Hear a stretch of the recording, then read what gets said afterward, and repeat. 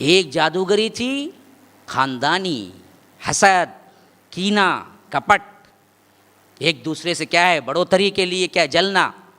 لیکن ایک بہت بڑی جادوگری وہاں ہوئی جہاں ہمارے عقیدے بگاڑے گئے. ہاں، ان ملاؤں نے، صوفیوں نے، غلط نہ سمجھنا، کچھ اللہ والے اچھے بندے بھی ہو جائیں گے، لیکن اکثریت جو فرقہ وارانہ طبیعت میں تبدیل ہوئی امت، اور دیوانی جو ہوئی، پاگل جو ہوئی، قرآن حدیث کو جو چھوڑ دیا، ایک پیر کے پیچھے کیا ہے اپنی عزتیں عصمتیں لٹا دی جاتی ہیں. کیوں؟ اصل میں ان سب کے پاس جادوگری ہوتی ہے جسے انسان وہ کرامت سمجھ جاتا ہے. بیوقوف، یہ علم نہیں ہوتا اس کو، تو کیا سمجھتا ہے وہ؟ ہاں بڑے بزرگ ہیں کرامت والے. کرامت کا ہی کی ہے، وہ جادوگری ہے جو کر رہا ہے. جو دیکھتے ہی کیا ہوا، میں ایک بار دیکھا بھائی ان کا چہرہ ایسا بدلا. بھائی میں کیسا جی بدلتا؟ ہاں، ہمارا چہرہ 1000 بار دیکھتے بدلتے نہیں نا، تمہیں سال آ رہی برابر. وہ کیسا بدل گا؟ وہاں فقط جادوگری ہوتی.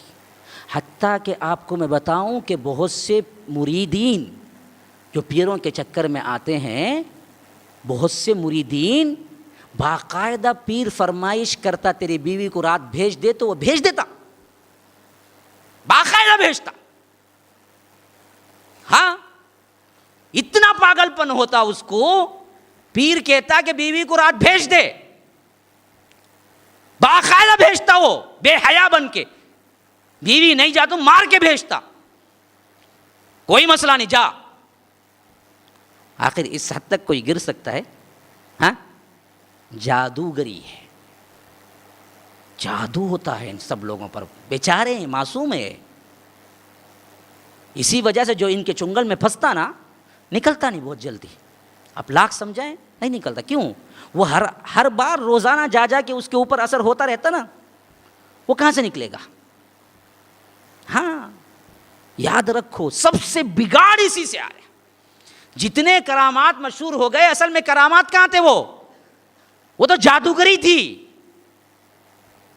جس کو ان سب لوگوں نے کیا کیا؟ کرامات کی. اسی وجہ سے باقاعدہ ابن قدامہ لکھتے ہیں المغنی کے اندر، منصور حلاج جو 309 میں قتل ہوا، جو ان الحق بولا، جو آج بھی بہت سے لوگ اسے شیخ اکبر لکھتے ہیں، جو کہا کہ میں ہی رب ہوں، وہ خود اتنے بڑے کرامات والا تھا کہ جب بادشاہ کو معلوم ہوا اس کے کفریہ عقائد ہیں، تو اس نے کیا کیا؟ اس کو جیل میں سلاخوں کے پیچھے کر دیا، اور بادشاہ کو جب بھی وہ دیکھنا چاہتا ان سلاخوں سے نکل کے سامنے بادشاہ کے پاس بیٹھا ہوا ہوتا.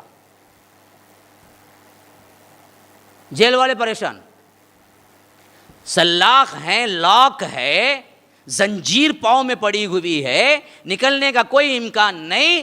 لیکن منصور جب بھی چاہتا، کہتے ہیں کہ فوری طور پر نکل کے بادشاہ کے پاس بیٹھا ہوا ہوتا. اور جو اس کے دیوانے تھے انہوں نے کہنے لگا کیا کرامت ہے میرے ولی کی.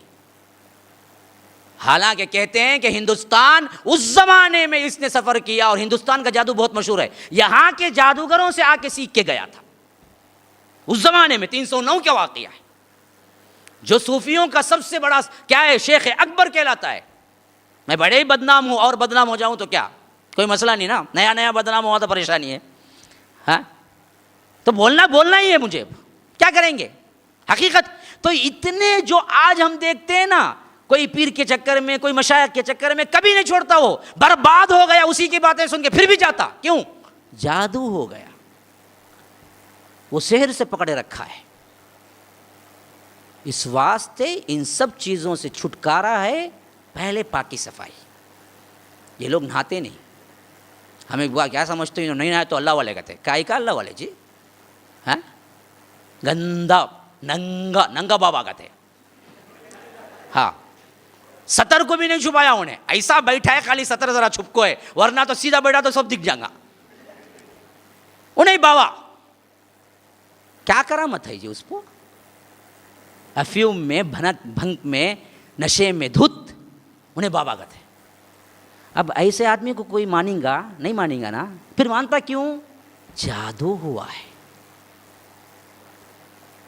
جادو ہوا ہے. یاد رکھو، آپ کو غیر معمولی اثرات سمجھ آ رہی ہیں کہ بھائی اس کے پاس گیا، اس کے بعد سے مجھے کچھ ہو رہا ہے، سمجھ لینا چاہیے جادوگر ہے یہ. ہمیشہ دعاؤں کے حصار میں رہو، خاص کر اعوذ بکلمات اللہ التامات بسم اللہ الذی لا یضر. ہاں اگر اس پر یقین ہے نا، خالد ابن الولید یہ دعا پڑھ کے زہر کھائے، کچھ اثر نہیں کیا، زہر کھائے. اگر اس پر یقین ہے نا، میں گارنٹی دیتا ہوں، میں اپنی زندگی میں تجربہ کیا ہوں، ہزاروں ایسے واقعہ. یہ دعا پڑھ لو، اگر صبح پڑھ لو تو شام تک کوئی مصیبت نہیں آئے گی سوائے موت کی. اگر موت لکھ دی گئی تو موت آئے گی ہی، اور شام پڑھ لو تو صبح تک کوئی مصیبت نہیں آئے گی. بسم اللہ الذی لا یضر اتنی پاورفل دعا ہے.